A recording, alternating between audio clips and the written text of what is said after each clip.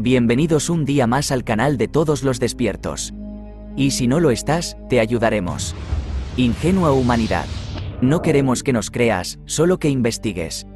Nuevos informes policiales obtenidos por The New York Post revelan que el tirador de Lewiston, Mass., Robert Card, afirmó anteriormente que podía escuchar voces en su cabeza que lo llamaban pedófilo.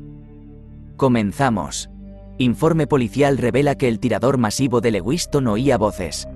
En el mismo informe policial, se afirmaba que Card estaba extremadamente paranoico porque la gente estaba vigilando su casa apenas unos meses antes de que ocurriera su tiroteo mortal.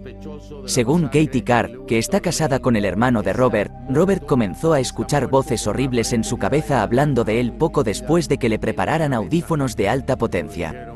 Card continuó, estaba captando voces que nunca había escuchado. Según el New York Post, el trastornado tirador masivo de Maine, Robert Card, había afirmado repetidamente que podía escuchar voces en su cabeza que lo llamaban pedófilo y estaba paranoico porque la gente estaba vigilando su casa en los meses previos a que masacrara a 18 personas, según muestran informes policiales obtenidos por The Post. La familia del pistolero de 40 años estuvo entre las primeras en alertar a las autoridades sobre su comportamiento errático después de que él comenzó a arremeter verbalmente contra ellos y una vez les abrió la puerta blandiendo un arma, según al menos 2 informes de incidentes de la oficina del sheriff del condado de Sagadahoc.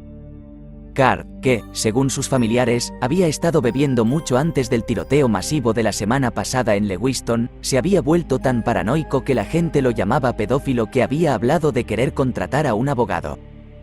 La Guardia Nacional de Maine también se había preocupado tanto por el reservista del ejército estadounidense que había instado a las autoridades locales a realizar un control de bienestar porque sus compañeros soldados temían que Card se desmoronara y cometiera un tiroteo masivo.